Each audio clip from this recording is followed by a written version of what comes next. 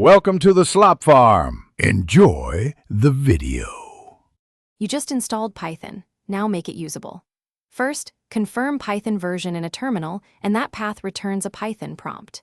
Create an isolated workspace using Python mvenv so packages won't conflict. Once created, activate that venv. On Windows, use venv /scripts/activate.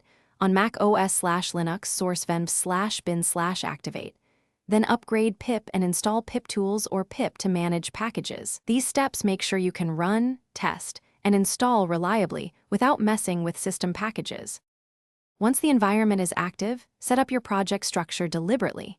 Create a src or package folder and choose either piproject, toml, or requirements. txd for dependency records. Install an editor like VS Code or PyCharm and enable linting and formatting, Flake 8, black, or rough, to keep code consistent. Then add testing with PyTest and scaffold a test/folder. Write one simple test to confirm execution. Also configure a gitignore for venv and bytecode files so version control stays clean and focused. Now run your code using Python M module or Python script. Py and use an integrated debugger or PDB to step through failures. Set breakpoints where state matters. Once tests pass, freeze dependencies with pip freeze requirements.